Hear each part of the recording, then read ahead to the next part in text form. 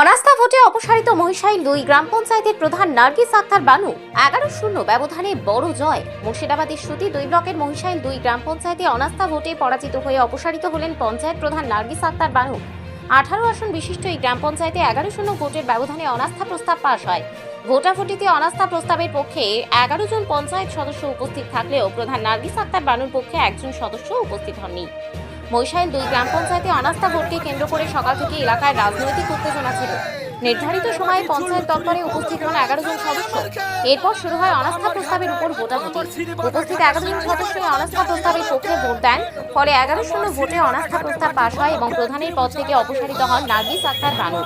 ভোটাভুটির ফল প্রকাশ হতে উচ্ছ্বাসে মেতে ওঠেন অনাস্থা প্রস্তাবের পক্ষে থাকা সদস্য ও তাঁদের সমর্থকেরা। দলীয় পতাকা হাতে নিয়ে আবির খেলায় মেতে ওঠেন তারা। একে অপরকে ফুলের মালা পরিয়ে চলে বিজয় উদযাপন।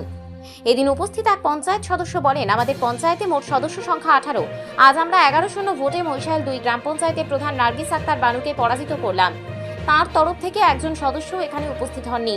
আমরা 11 জন সদস্য উপস্থিত ছিলাম এবং 11-0 ভোটে অনাস্থা প্রস্তাব পাস হয়েছে।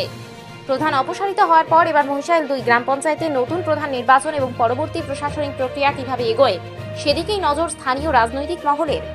কি কর্মসূচি করলেন আজকে? আজকে